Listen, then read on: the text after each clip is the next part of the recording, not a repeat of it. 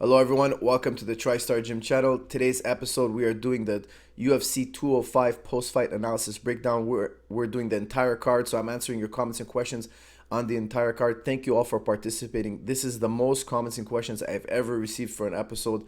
The card was epic. It was amazing. So if you didn't see the card yet and you don't want any spoilers, make sure to turn off this video because we're going to be talking about the winners and losers of that event. What happened. I'm going to be answering all your questions, all your comments and questions. Thank you all for participating again. Before I get started on the comments and questions, I'm first going to award the Mystic Reebok Challenge winners for the Eddie Alvarez Conor McGregor fight. You guys were asked to send in your predictions, how you see the fight. I would say the majority of people pick Conor McGregor to win by KO or TKO. And a second most common prediction was Eddie Alvarez to win by ground and pound or submission. Now we all know we all know that Conor McGregor won the fight by TKO, and the person who had the closest prediction, one of the three closest prediction, I would say that I chose to win, and this is for one of three prizes. Just to recap, it's a Reebok fight kit, nutrition pack, and a TimTam.tech massager. It's a world's most powerful massager, world's best handheld massager. The first winner is Bryce Darman. Bryce Darman sent in a prediction via YouTube. And Bryce Darman, I sent you a message via Twitter, so you can collect your prize. Please check your Twitter, and you received a message from me. Your prediction was Conor McGregor by TKO in the second round for extra, I'd say in the first 3 minutes of it. I think it will be a left cross or a left head kick. Now, it was a left cross that dropped him, and then there was some hammer fist, so I awarded you the win. Good call, excellent prediction. The next winner that we have, this person will be winning the nutrition pack. Okay, so Bryce, you're winning the Reebok gear. Okay, congratulations to you. I'm sending you the Reebok gear. This is for the nutrition pack. This was sent in by Austin. Austin, I PM'd you on Twitter, but you posted your prediction via YouTube. Your prediction was Conor will win via second round TKO. He will daze Eddie with a vicious combo and with a left hook behind the ear, kind of like what he did to Poirier is what you said, because Eddie, you wrote that Eddie's hunched over, etc., and then he'll finish him off with some hammer fists, and that's pretty much what happened. You also gave us a time frame, second round, so that's why I awarded you. A lot of guys said second round TKO, but he added the detail of the hammer fist, which I thought was more accurate. And the last winner, this person will be winning. You will be winning. For our last winner, the TimTam.tech. If you guys haven't heard of TimTam.tech, they make the world's best handheld massager. This thing is 1,000 times more powerful than your foam roller or rolling up and down a lacrosse ball. I use this thing on a regular basis. I have one in the gym. Everybody in my gym uses this thing. It's 100 times better than a foam roller. If you have a tight muscle, don't let that tight muscle turn into a joint problem. Use the TimTam, massage that knot away, keep your muscles loose and limber, and you'll be able to train more and recover more and feel healthier. So the lucky winner who wins the TimTam massager is Trapezosaurus Flex. Trapezosaurus Flex says via YouTube. Again, another YouTube winner. He says McGregor via TKO left hand 325 into the second round. That was pretty close. You were a few seconds off the time frame. I thought that was really accurate. So I'm awarding you Trapezosaurus Flex. You win the TimTam.tech world's best handheld massager. Congratulations to you. And now it's time to answer your comments and questions. I picked a mix of Reddit questions, comments and questions, and a mix of YouTube comments and questions.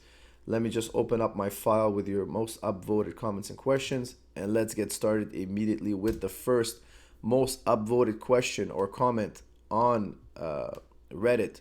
Is from Matt Irish. Matt Irish asks, after seeing Khabib and Conor's performance, how do you think the fight goes down? How do you think the fight goes down, Coach? Conor's performance was unbelievable. He was super measured. He countered Eddie Alvarez's right hand every single time he threw it. It was a masterful display of striking. And Khabib, he had a great performance, but he got snagged. He got hit hard by Michael Johnson. Michael Johnson looked really good early on, but as soon as the first takedown happened, we all saw Khabib take over, and that ground and pound was vicious. And I thought personally that fight should have been stopped a lot earlier.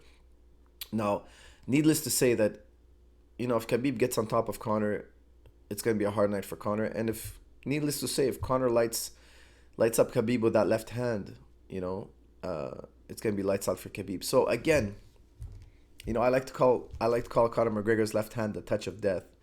And I don't, when I said I called it the touch of death after he beat Aldo and after the Nate Diaz fight, a lot of people were like, "Oh, it's not that dangerous his left hand." It's a very dangerous weapon. I mean, even though he didn't knock out Nate in their two fights, he was dropping Nate down really badly. I mean, Nate has a chin of iron. You guys have seen Nate get hit by Cowboy Cerrone, by RDA. I mean, he's been hit by all the heavy hitters, all the heavy hitters. He's been hit by so many big shots, and the only guy to ever drop him was Josh Thompson, and that was a shin to the head. It took a shin to the head to drop him down and TKO him. Conor dropped him multiple times, and dazed him. So in Connor's left hand is like a shin kick to the head at the very least. At the very least, it's like a shin kick to the head, which is a very, very, very dangerous strike. So the touch of death strikes again at UFC 205. He did it. He was not only very powerful, he was very precise. I think he can knock out anyone. Even the welterweight. That's how powerful I think that left hand is. Now, will he land it against Khabib? That's the big question. Khabib, he's a phenomenal wrestler. His striking is not on the level of Conor. Conor's striking is more precise. It's more measured. I think that fight ends up happening, and if it does, I'll be tuning in like everybody else to see what happens. Nobody knows. I mean, will the takedown happen? Will the touch of death land? Who knows? We'll have to tune in and find out. Next one here is from Swaytop. That's a really weird username. Next, your question is, hi coach, can you please analyze Tyron Woodley's guillotine? What went wrong? That was a really, really tight guillotine. Now I'll tell you a little bit about guillotines. I'm very lucky. I've got to work with a lot of guillotine experts. Really, a lot of guillotine experts. And probably the best guillotine guys I've ever worked with is Murillo Santana, Braulio Estima, and Roger Gracie. Like the arm in guillotine. Now, it was an arm in guillotine. For those of you who don't know what that means, when Tyron Woodley wrapped up the neck, the arm of Wonderboy was on the inside. Now, it was on the inside on the initial attack. And then Tyrone tried to take his arm and pummel it in Wonderboy's arm, so Wonderboy's arm would be no longer inside the guillotine. Wonderboy realized he was trying to pummel it, and Wonderboy pummeled his arm back inside the guillotine. So for those of you who don't know your BJJ, let's keep it simple. It was an arm in guillotine. Wonderboy's arm was also inside the guillotine. So why didn't it work? Well, one, the initial bite, the initial grip was really strong. Now, to score an arm in guillotine, some people believe that arm in guillotines don't work. Like, for instance, I've had the pleasure of rolling with Marcelo Garcia, one of the greatest of all time grapplers, without question. Okay, without question, if you were to say, who are the top 3 pound-for-pound grapplers of all time, Marcelo Garcia is going to be on everybody's list, at least in the top 3. That's how great he was. That's how great he is. And, when I was training with him, he told me the arm in guillotines don't work. Don't do arm in guillotines. Arm in guillotines are for sweeping. Don't try to finish the arm in guillotine. Sweep the guy with it. And he says, because if the arm is in, there's a buffer between your neck. Your shoulder creates a buffer between your jugular and the guy's squeeze. Now, I agree. That the jugular, because the arm is in, there's always a buffer. So I think what Tyron Woodley got wrong is he was trying to do a blood choke. He was trying to choke the neck of Wonderboy. Now, that's what a guillotine is, right? You're choking the neck. But the thing is, there are 2 ways to choke the neck. There's making it a blood choke, and then there's cutting off the air supply. So you're cutting off the blood supply. Blood brings air to the brain, so you're cutting off the blood, which cuts off the air. Got it. But directly cutting off the air, not the blood. So to cut off the air directly, when you do a guillotine, an arm in guillotine, you don't want to squeeze the jugular. You don't want to squeeze the neck here on the side. So if you put pressure on the side of your neck here, you'll pass out. It doesn't take a lot of pressure. But an arm in guillotine, it's very hard to get that squeeze on the sides of the neck because the guy's shoulder's in the way. What you want to do is you want to push pressure up here. Now, if you guys bend your neck down and put pressure up here, see this spot right here? If you put pressure up here, you'll notice you can't breathe anymore. So if you just put pressure up here and bend your neck down, you won't be able to breathe. Why? Because the throat, the windpipe is closed. So an arm in guillotine is not a blood choke. It's a windpipe choke. Now, I'm not trying to a lot of people try to crush the throat. You're not trying to crush the throat. When you're doing arm in, you're trying to push this soft tissue up here up and bend the neck down. So you close the airway. It's a precise choke. So I think what Woodley was trying to do was trying to squeeze the neck and cut off the blood supply to Wonder Boy's neck, and which was the wrong approach because he had the neck bent. What he needed to do was put pressure up. So you do that by rolling the wrist. It's just complicated to show. I'd have to demonstrate it on the mat. And maybe one day I'll do an arm in guillotine video. I'm pretty sure I'll end up doing that. Now again, the best arm in choke guys, I've been in their guillotines, and you tap. It's not a question of blood flow. It's a question of the airway is blocked, and there's a lot of detail to it, you know. And one of the best guys I think is Jeff Glover, who had a beautiful arm in guillotine. He won, I think it was a silver medal in Abu Dhabi with an arm in guillotine. So there are ways to cut the air with an arm in guillotine. They're very detailed. They're very precise.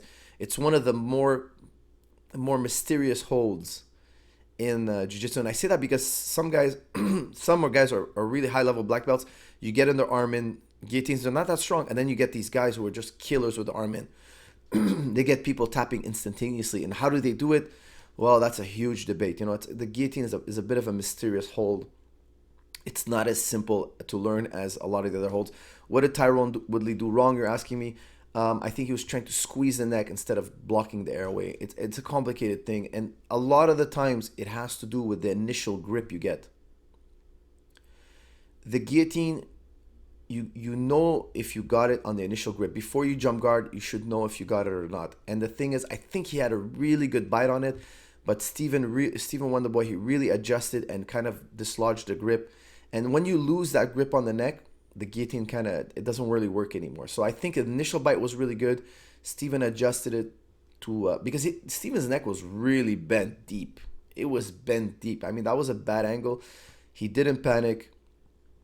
He stayed calm. He adjusted himself. He got out of it. Now I'll tell you something. Sometimes people tap to the arm in guillotine because they're really gassed, and they need a certain amount of air. And the arm in guillotine doesn't block all their air, but it drops their air supply really low, and then you gotta tap. And I think that's what Woodley was looking for. You know, I think he just said, look, he needs a lot of air. We're fighting hard. I got to restrict his air. I don't think he restricted enough air for Steven to go out or tap. And Steven stayed calm, didn't panic, adjusted the hold so that he frees his neck just a little bit, and then the grip was out. So it's really two things. One, the initial grip was strong. Steven reacted well, loosened up the grip. And two, I think Woodley was trying to use a blood choke instead of blocking the airway. It's two different things, and it's very detailed, very hard for me to explain without a demonstration on the mat. Maybe in the future I will do an episode on that. Next question here. Serengeti 1. After seeing how easily Conor beat Eddie and seeing Khabib look vulnerable on the feet against Johnson, would you take in Khabib Conor? Who would you take in Khabib Conor? Do you think Conor would survive with Khabib on top of him? Would Khabib be able to get the takedown before Conor can really hurt him? Listen, guys, I believe in the touch of death. I'm telling you guys, that left hand is deadly. When I made my prediction for Conor versus Eddie, I told you guys, it could be a blowout either way. I really could see Conor knocking him out in round 1 or 2, being a total blowout, or I could see Eddie taking in the later rounds, and the later rounds will go more Eddie's way. And if Eddie gets on top of him, he's very heavy. He knows how to stay on top. He's been on very experienced guys on top in the past. I thought that Eddie could take those hard shots and scramble to the later rounds. Now, he took those hard shots really well. He did, because he got hit with a lot of left hands. Too many, in my opinion, obviously. I think the fight was stopped appropriately. I think Eddie shouldn't have taken more damage. The referee did the right thing. Conor looked more sharp than usual. He looked more measured than usual. His takedown defense looked better than ever. His energy management, his confidence looked better. He just looked better all around. He reached another level. And, he just was another level. But the reason why the fight went the way it did was because Conor made all the right decisions and Eddie made many bad decisions. And I think Eddie knows that. I think he's wiser for it. I think he'll go back to the drawing board. I think he'll come back stronger. I think his post-fight comment made a lot of sense. He said he did everything he shouldn't have done. He did everything his coaches asked him not to do. He's taking the blame on himself. Now, why did he do that? That's for him to answer. But again, it's not who's the better fighter. It's also who plays better. And Conor played the game perfectly. and Eddie made a lot of mistakes. And I'm sure after watching that fight, I'm sure when Eddie watches that fight, he's going to be asking himself why he made those mistakes. He made horrible, horrible mistakes. And again, Conor forced him to make those mistakes also in a way. Conor fought in a way that funneled him to the left hand, to the touch of death. Conor is a master at funneling you towards his left hand. He knows that left hand is deadly.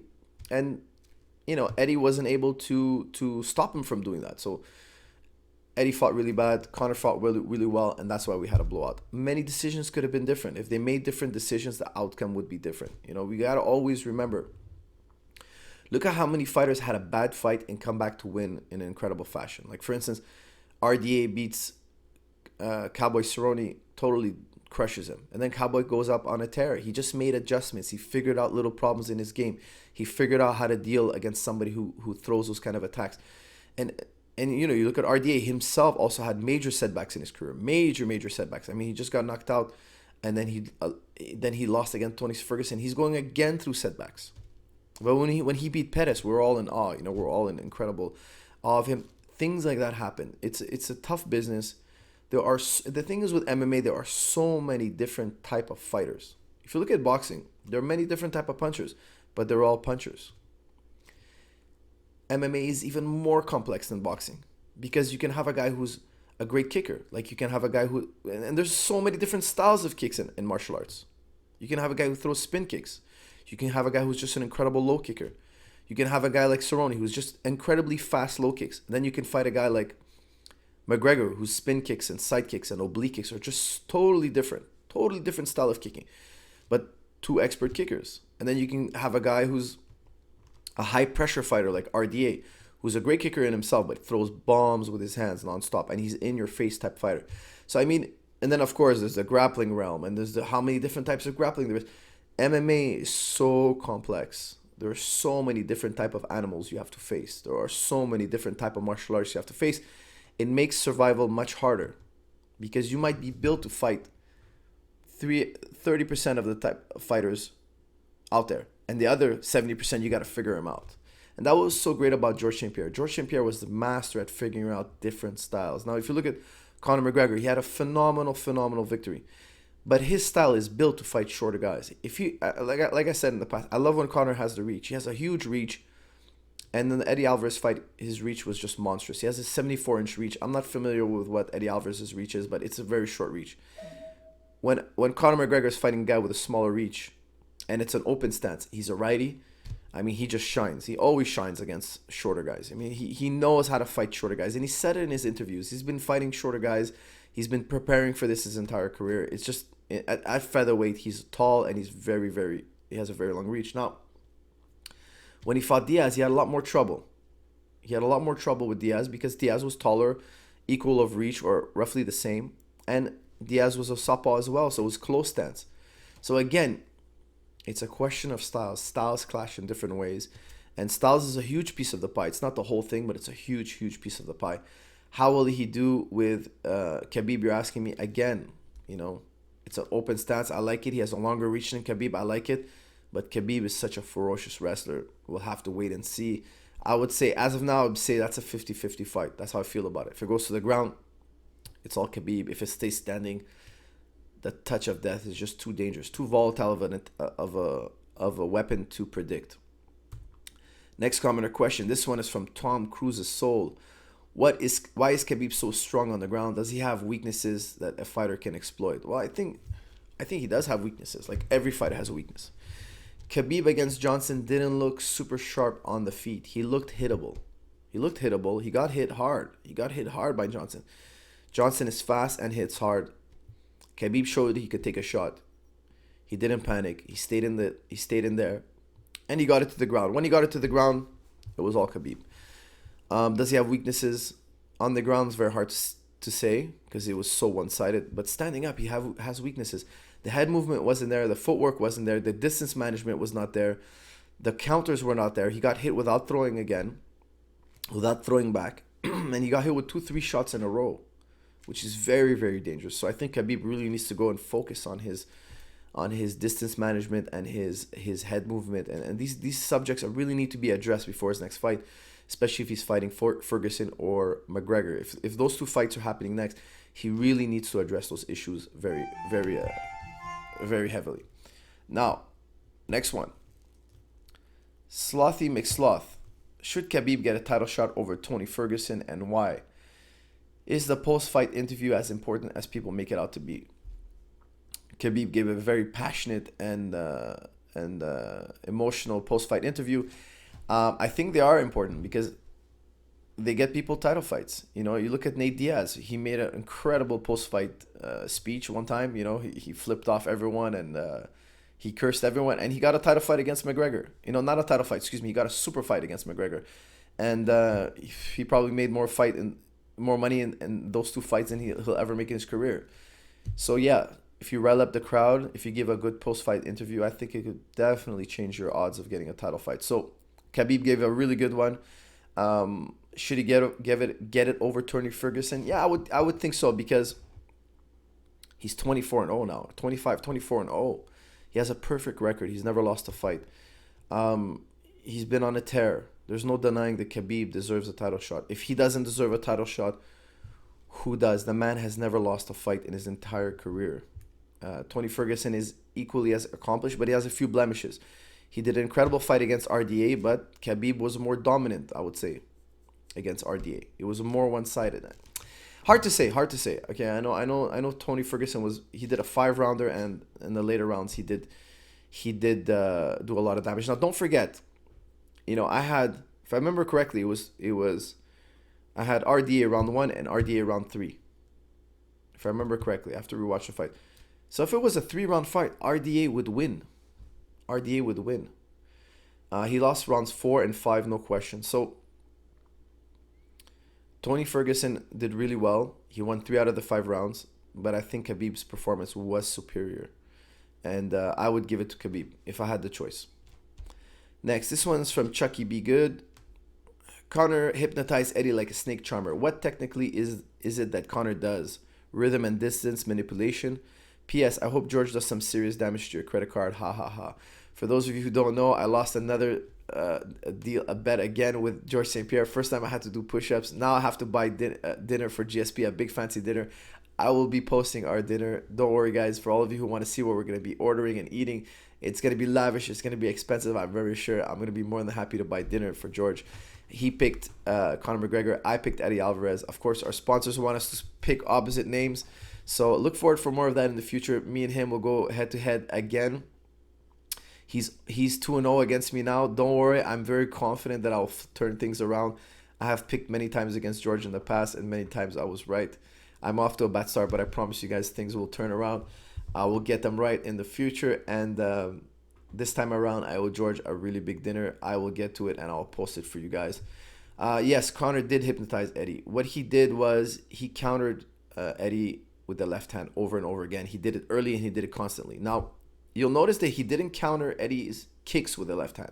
He countered all of Eddie's punches, and mainly the right hand. Eddie should have not thrown the right hand. At least don't commit to it. Eddie overcommitted to the right hand, and he paid for it every single time. When Eddie kicked, he was fine. When Eddie jabbed, shallow jabs, he was fine. He didn't throw too many strikes. So we didn't get a chance to see other things that Eddie could throw. But Eddie's major mistake was himself. He overcommitted on the right hand. He was trying to hit McGregor. Now, typically when Eddie throws the right hand, he darts off to his left. He didn't dart off to the left. He went straight down the middle, and he got countered every time. McGregor did things right. McGregor was precise. There's just no question about it. Eddie made a wrong choice. Eddie should have stayed with the kicking. Eddie should have stayed with the blitzing right hand. But he had to set it up with a lot of fakes. He didn't set up the right hand. Now, when you blitz, you got to go left. You got to go hard left. Or at least you got to move your head. But the worst thing you can do is miss and keep your head where it is. Now, if you notice, McGregor early on threw a left, missed, and McGregor dipped underneath, and he did a nice bob and weave. McGregor was technically sound. He threw a left and missed at one point, and he moved his head immediately. He moved his feet, he moved his head. He got out of the way. Sure enough, Eddie threw a counter and missed. This was really early on in round 1. Watch that fight again, okay? Watch that fight. Eddie threw a right hand, missed. Didn't move his head, didn't move his feet. He stayed exactly where he was. Now, we're talking about milliseconds. When you throw that right hand, Don't wait for the counter. Just move your head, get out of the way immediately. That's what Eddie should have done. He didn't do it. The funny thing to me is he's done it in the past. He's thrown right hands and moved his head out of the way. But he's also been sloppy. You also see him in fights where he throws the right hand and doesn't move his head. That's why who knows which Eddie Alvarez is going to be there that night. Unfortunately for Eddie, it was the Eddie that throws the right and doesn't move his head. He was a little bit sloppy.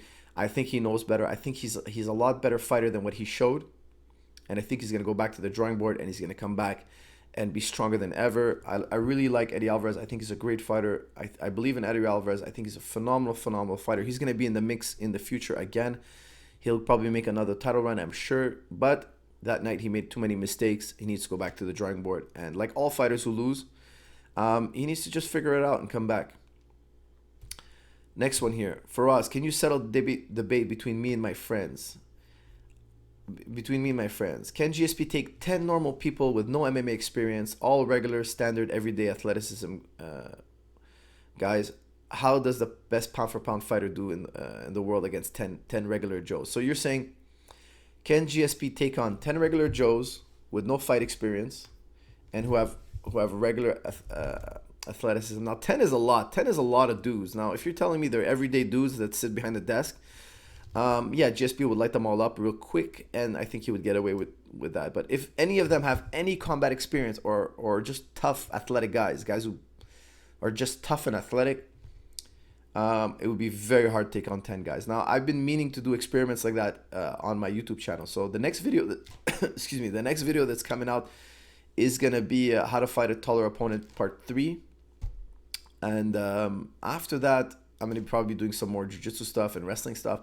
But I'm looking to do a video on one fighter versus two fighters. I'm looking to do that because I don't even know myself what will happen. I'm going to be doing it live. 2 guys versus 1 guy in the octagon, doing it live. Look forward to that. I don't even know what's going to happen myself. So 10 guys, that's a huge number of dudes to be fighting. But if you're telling me they're untrained, they don't even know how to make a fist. They've never punched anyone.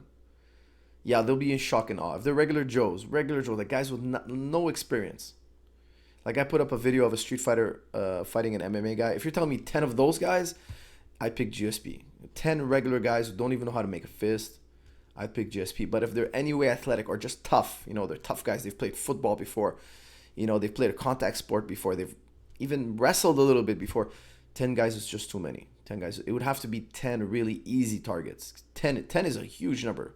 Again, look forward to my experiments that I'm going to be doing in the future. I even have no idea what's going to happen. I look forward to doing them. I'm going to be stepping in the octagon myself versus 2 guys just for fun, just for experiment's sake. I'm going to be doing it.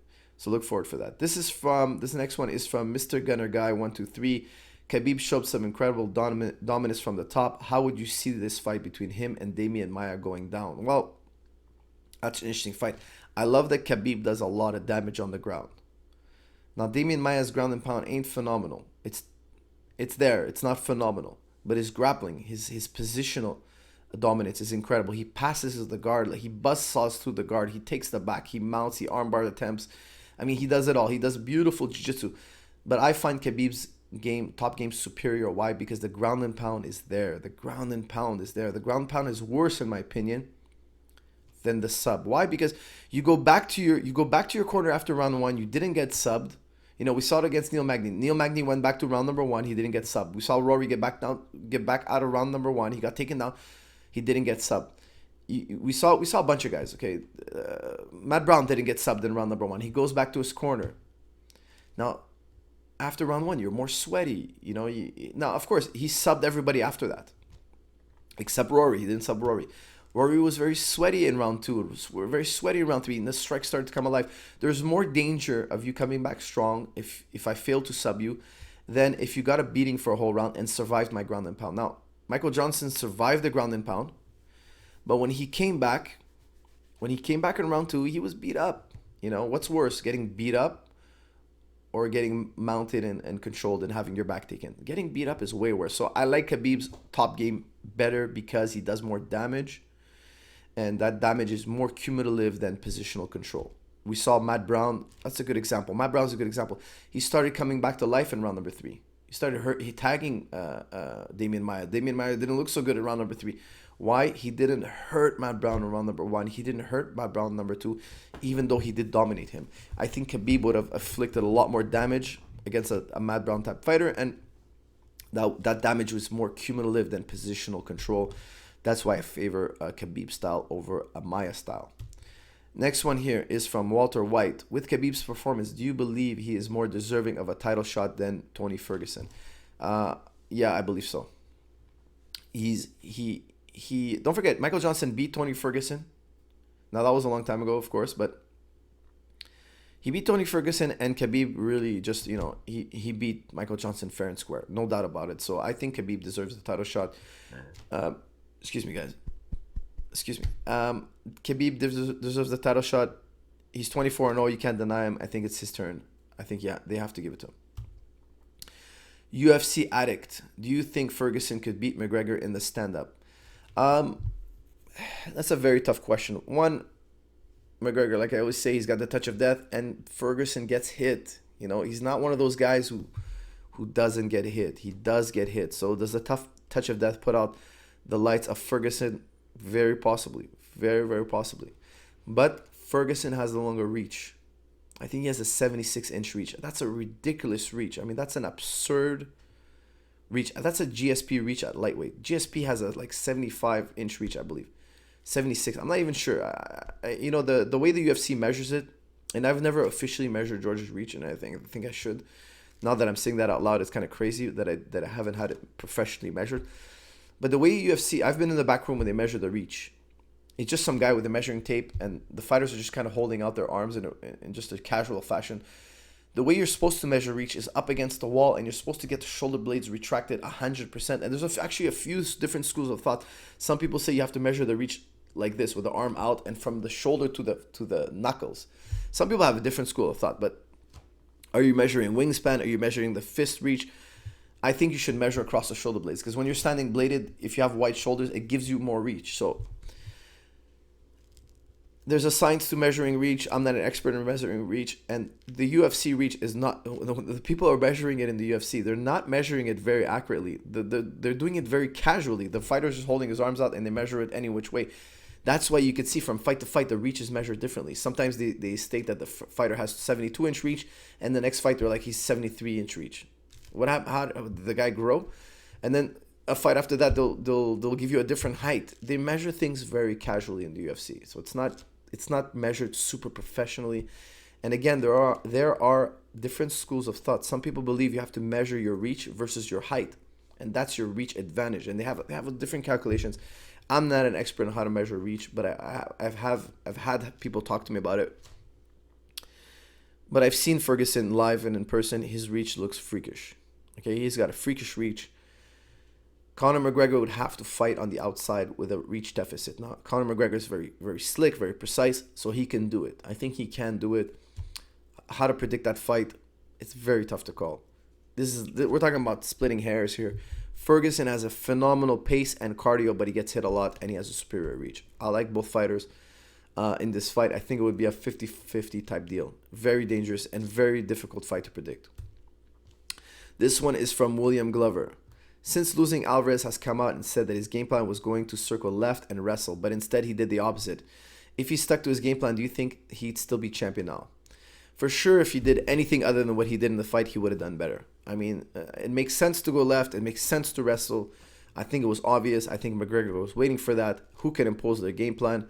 That night it was Conor McGregor. Conor was just too precise. I think he tagged Eddie on really early. Eddie telegraphed way too much. And I think Eddie committed too much to his own right hand. He was trying to go cross for cross. Bad idea. He should have done anything but throw the cross. Don't throw your cross. Throw very shallow jabs, throw kicks, take it in the later rounds. When you fight a counter puncher like McGregor, you want to fake your right. You want to draw the counter. So Eddie was committing fully to the right. He was trying to actually hit McGregor. What he should have done was fake the right, anticipate counter throwing his left, and then counter Conor's left. It's a bit of a weird thing. It sounds, but in boxing we know this as going second. So my first shot is really a fake. I'm letting you go first. We're trying to get the other one guy to go first. Conor let Eddie go first. Eddie went first and got countered. Eddie committed first. So it's who's going to commit first. I'm going to commit second. So if I tell my fighter go second, that means get him to commit first and then counter him. And Eddie didn't get Conor to commit first. How do you counter a taller guy? One good strategy is, because the guy's got to reach, you got to get the taller guy to throw and commit. And when he commits, counter his strikes. You use the counter to breach the distance. Eddie was trying to breach a distance with raw speed. It doesn't have that enough. He didn't have enough reach and raw speed to get to Conor. He had to get Conor committing, and then counter Conor. It might sound a little bit complicated. For those of you with boxing experience, you know exactly what I'm talking about. For those of you who with kickboxing experience, you know exactly what I'm talking about. He needed to get Conor to commit and counter Conor, not go first. When you go first like that and you're a shorter fighter, you're going to get yourself in trouble, and that's what happened. I'm sure Eddie will go to the drawing board, and he'll come back stronger than ever. He's a very smart guy. He'll figure it out. Donald Corralan asks, do you agree with John Kavanagh's statement on MMA Hour that Nate Diaz is better than both Khabib and Tony Ferguson? What do you think? Who do you think would win if Diaz were to fight either of these fighters? Well, no, I gotta disagree. I don't think that Nate Diaz is better than Khabib or Tony Ferguson. I don't know why John Kavanagh would say that. Maybe it's to elevate Conor more, to basically say that, look, Conor doesn't need to fight these two guys. He's already proven that he's better than them. I totally disagree. I would pick Khabib and Tony Ferguson with tremendous confidence that they would beat Nate Diaz. Khabib would get it to the ground. Khabib's top game is ferocious. He would control Nate on the ground. Nate, I don't think has really, he's got very good jiu-jitsu, but I don't think he has a way to stop that takedown. I think Khabib will get on top. Ferguson would outstrike him. Ferguson beat RDA. RDA really just went through Nate Diaz. Ferguson is really smart. He would see that the leg kicks are there. He would have a high output. I think he would beat Nate Diaz. He has just as much cardio or more, but he definitely has more intensity than Nate Diaz. Khabib would beat him as well. I can't see Khabib beating him. And don't forget, RDA really buzzsawed through Nate Diaz, and Khabib beat RDA. So, both of them beat RDA, and RDA beat Nate Diaz handily. He was a level above. Like, RDA was a level above Nate.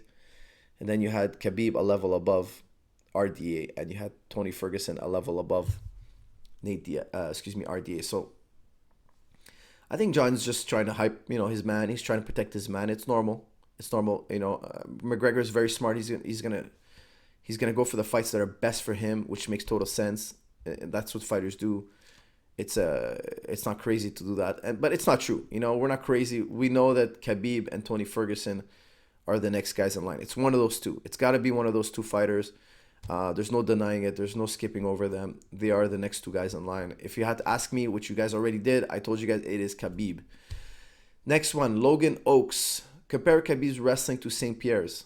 That's pretty simple. St. Pierre's takedowns are very timing based, whereas Khabib is more of a chain wrestler. Now, both styles are very good. Both styles are very successful. Khabib is more of a guy who will put you up against the fence and go from one move to the next. He'll chain wrestle you until he takes you down. Now, if you stuff one move, he'll go to the next and the next and the next. And he'll keep doing takedown after takedown. He's more of a machine gun type guy. GSP is more of a sniper. He's a one-shot, one-kill. Now, of course, they both have elements of this, but GSP is more of a one-shot, one attempt, one takedown. He's more timing based. He mixes his striking more with his takedowns. Whereas Khabib kind of just shows you, look, I'm gonna take you down. Try to stop me, and when you do, he's gonna keep firing one takedown attempt after another until he catches you. Whereas George is gonna camouflage it. He's gonna disguise it, and once you least expect it, he's gonna shoot one powerful attempt on you. He's very timing based. Both styles are good. It's a question of preference, and that's the difference between their takedown styles. Hashimoto asks, do you think Thompson should have kicked more, or was it too dangerous because of T Wood's takedowns, his wrestling? I think he should have kicked more, but later in the rounds, kick more, but select your kicks. Don't kick the leg. He kicked the leg early on, and Tyrone Woodley took him down.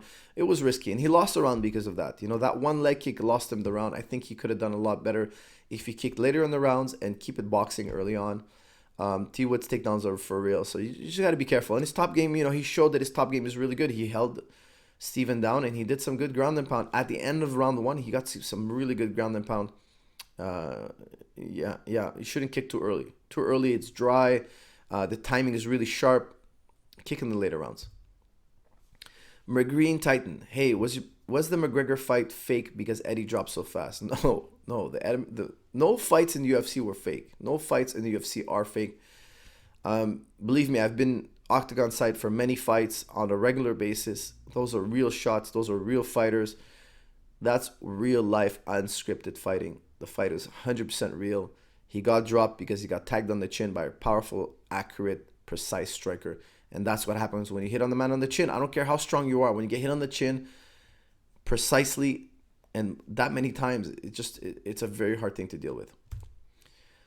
Luther Schultz, is Romero the best middleweight? Good question. Now that he beat Weidman, I would say him and Jacare. Him and Jacare right now, of course the champion, Bisping, are the two guys next in line. Jacare or Yoel Romero. You know, I had Jacare winning that fight. I thought when he fought Yoel Romero, I thought he won 2 of the 3 rounds.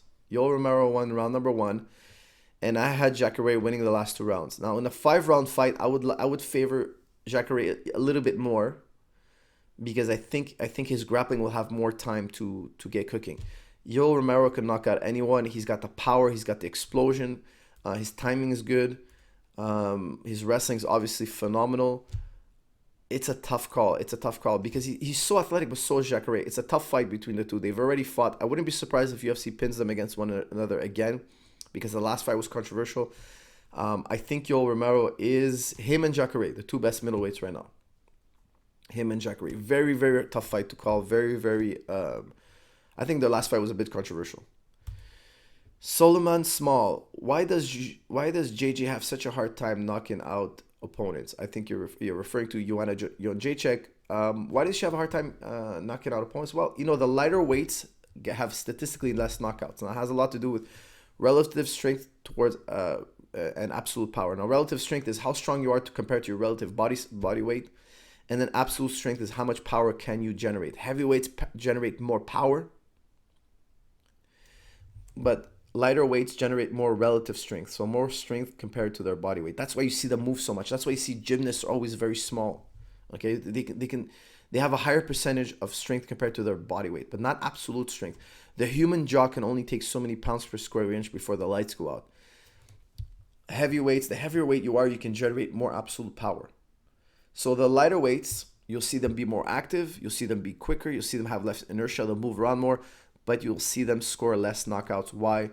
Because they generate less power, less absolute strength. So it's because she's lighter. If she was a heavyweight, if you had heavyweight women fighters, female fighters, they would get a lot more knockouts than the lighter weights. It has to do with absolute strength versus relative strength. If you don't understand what I'm saying, it's a bit hard to understand. But generally speaking, if you look at it statistically, the heavier weights have more knockouts. The heavier you go in the weights, the more knockouts there are. Mega Rory 1995. Were you surprised that Conor was bigger than Eddie in the fight? I was surprised of how much bigger Conor was. When they stood next to each other, it was like, man, Conor looks a weight class higher than Eddie. You know, I was surprised. He was towering over Eddie. His reach is superior, but also his size. He looked heavier. He looked heavier on fight night, and he looked heavier. He looked bigger than him on the weigh-in. So, yeah, I was surprised at how much bigger Conor McGregor is than Eddie Alvarez. Russell, let me check the time, boys. Okay, we are out of time. I'm going to wrap this up real quick. Russell, what do you think about money and marketing becoming prioritized over the purity of the sport? This will be the last one, guys. I am over time. What do I think about money being prioritized over the purity of the sport? It's a necessary evil. When they pick the fights that makes the sell more, that's what you fans want to see. Now, you hardcore fans want to see, you know, the more pure matchups. The guys who won more. Forget about the marketing. Forget about the trash talk. A lot of people would say, look, after McGregor's Nate Diaz performance, his last fight, before Eddie Alvarez fight, the one before, not the second fight with Nate, you wouldn't say that guy deserves a title fight. You wouldn't say, look, that was such an epic performance, you deserve a title fight. You would say, look, he won, he fought hard, but it's not anywhere near what other fighters have done, other shocking wins, etc. You know, big wins, big knockouts. Those guys deserve to go ahead. But why Why did they give Conor the title fight? Well, because he sells more tickets. He sells more pay-per-views. But that means you fans want to see that. They're doing what the fans want to see. You know, is McDonald's wrong for selling you fatty burgers? You people want to eat those burgers. We want to eat. McDonald's would make a healthy burger if people were looking for a healthy burger. They are following what the market wants. It's crazy to me that people say, "Oh, McDonald's made me fat and sick." You know, listen, if you know nothing about nutrition, read a book, okay? McDonald's puts fat and sugar in their food because you guys want to buy it. If they made a burger or a sandwich that was healthy, you wouldn't buy it and they will go out of business. Everybody wants to buy the pay-per-views where Conor is on the card. He gets, especially if there's a title on the line, you have to do it. UFC would go out of business if they didn't give the fans what they want. People will go to other fight leagues. They will go watch other fights. It's a necessary evil. You hardcore MMA fans want the purity of the sport. You want the best guy. You want the other guy in line. It just doesn't sell. The majority of fans want to see the more colorful fighters, and that's what we have to live with. It's part of the game.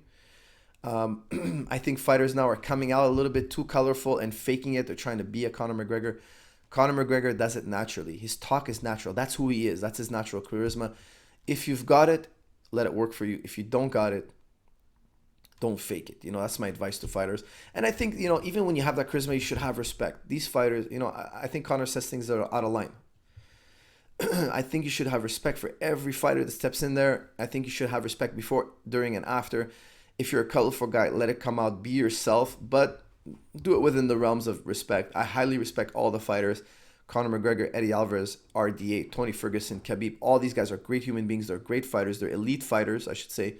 They're elite fighters, and we got to show a good example to the youth. Because the thing is, you know, when you're insulting people, when you have that bad boy attitude, you're teaching the young kids to act like that, and then all of a sudden you have these young kids who are just acting like this, and it just gets out of line. It snowballs. It gets kind of ugly.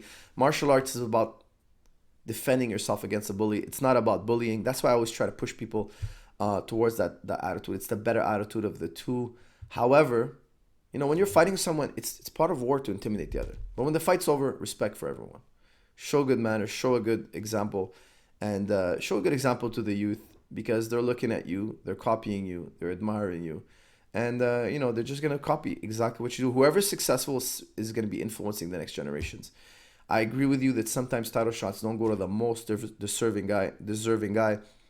But if they did, business would be bad. We need business to be good, to keep the show alive, to have these fighters get paid more. It's just a necessary evil. It's just the way that it is. There's a reason why people buy the pay-per-views, and without the sales, there is no show. So Russell, I agree with you that sometimes the best choice is not made, but that's just a necessary evil. Guys, I want to thank you for tuning in. If you made it this far, thank you, and I will see you all in the next episode.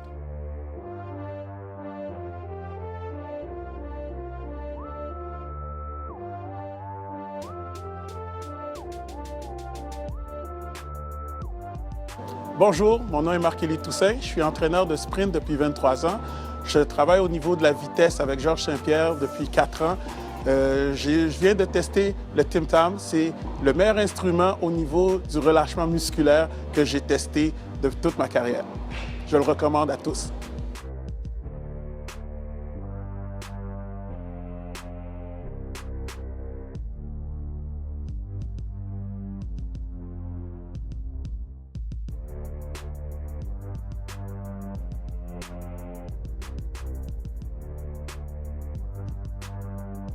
When you train a lot, you get tight. The best way to loosen up your muscle is the Tim Tam.